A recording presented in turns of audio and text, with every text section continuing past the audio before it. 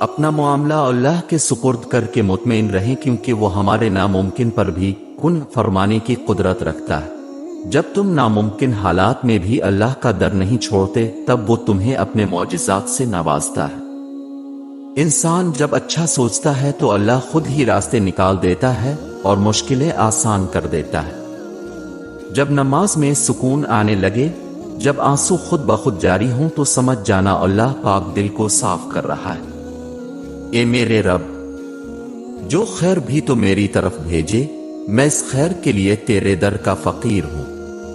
اللہ سے ہمیشہ اچھے گمان رکھا کرے۔ اب انبیاء کرام کی زندگی کا مطالعہ کریں تو جانیں گے جن آزمائشوں سے انہیں گزارا گیا، ہماری تکالیف تو ان کے مقابلے میں کچھ بھی نہیں، وہ صابر تھے۔ اگر وفاؤں کی بات کی جائے تو اللہ سے بڑھ کر کوئی وفادار نہیں۔ اگر کامیابی چاہتے ہو تو نمازی بن جاؤ، کیونکہ نماز کے بغیر کوئی بھی کامیابی ممکن نہیں۔ والدین کے ساتھ حسن سلوک فرض بھی ہے، اور قرض بھی فرض، آپ کو جنت میں لے جانے کا، اور قرض آپ کی اولاد آپ کو چکے گی۔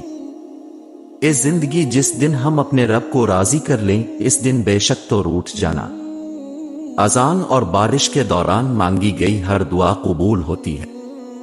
اللہ کہیں نہ کہیں سے مدد بھیج دیتا ہے، وہ ہمیں دکھ میں پریشان نہیں دیکھ سکتا۔ اپنی پریشانیوں کو نمازوں میں بدل دو، اللہ مسائل کو نعمت میں بدل دے گا۔ موت گھبراہٹ ہے، جب جنازہ دیکھو تو کھڑے ہو جایا کرو۔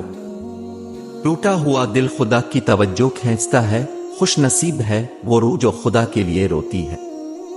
اللہ تمہارے راستوں کو موڑتا ہے، تمہاری دعاؤں کو نہیں، وہ تمہیں اپنے طریقے سے تمہاری من پسند منزل تک لاتا ہے۔ اپنی سوچوں کو پانی کے قطروں سے زیادہ شفاف رکھو، کیونکہ جس طرح قطروں سے دریا بنتا ہے، اسی طرح سوچوں سے ایمان بنتا ہے۔ انسان بزدل اتنا ہے کہ سوتے ہوئے خواب میں بھی ڈر جاتا ہے، اور بے وقوف اتنا ہے کہ جاگتے ہوئے اللہ پاک سے نہیں ڈرتا۔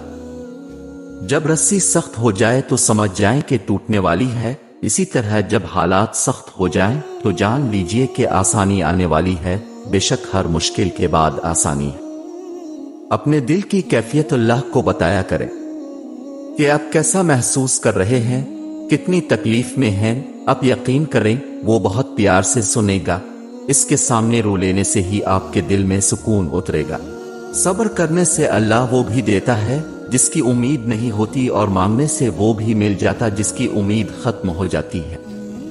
اے میرے مولا، تیرے بندے ابھی بھی تیرے اس معجزے کے انتظار میں بیٹھے ہیں، کن فرما دے آ رب۔ آمین۔